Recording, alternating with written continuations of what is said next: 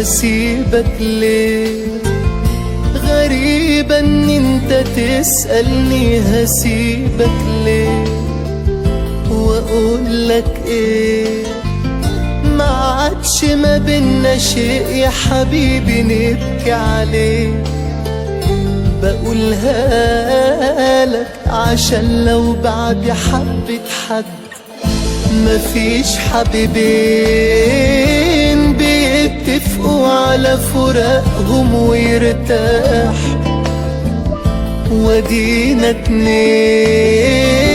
في سكة بعض واحدة بنفسهم راح. هيتقابلوا ومش هيبصوا في عيون بعض، لو حتى بعدك قلبي ضاع ما يهمنيش، بس انت سيبه في حاله ما تجيش ناحيته. وانا لو هموت ما كانش حد قدر يعيش، لو كل واحد حب جرحه وموته. لو حتى بعدك قلبي ضاع ما يهمنيش، بس انت سيبه في حاله ما تجيش ناحيته. وانا لو هموت ما كانش حد قدر يعيش، لو كل واحد حب جرحه وموته.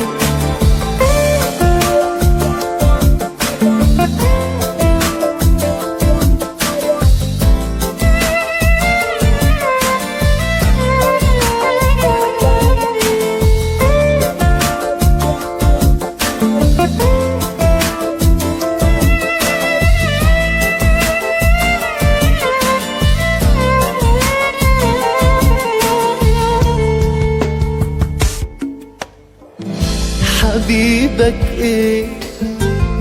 بلاش تناديني بكلام انت مش حاسه، وعارف ليه؟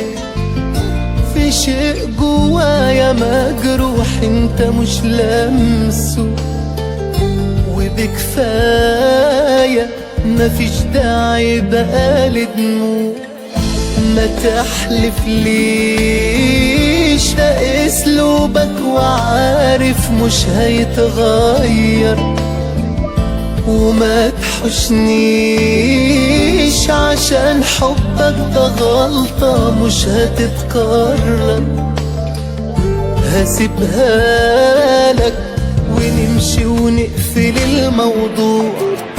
لو حتى بعدك قلبي ضاع ما يهمنيش، بس انت سيبه في حاله ما تجيش ناحيته. وانا لو هموت ما كانش حد قدر يعيش، لو كل واحد حب جرحه وموته. لو حتى بعدك قلبي ضاع ما يهمنيش، بس انت سيبه في حاله ما تجيش ناحيته.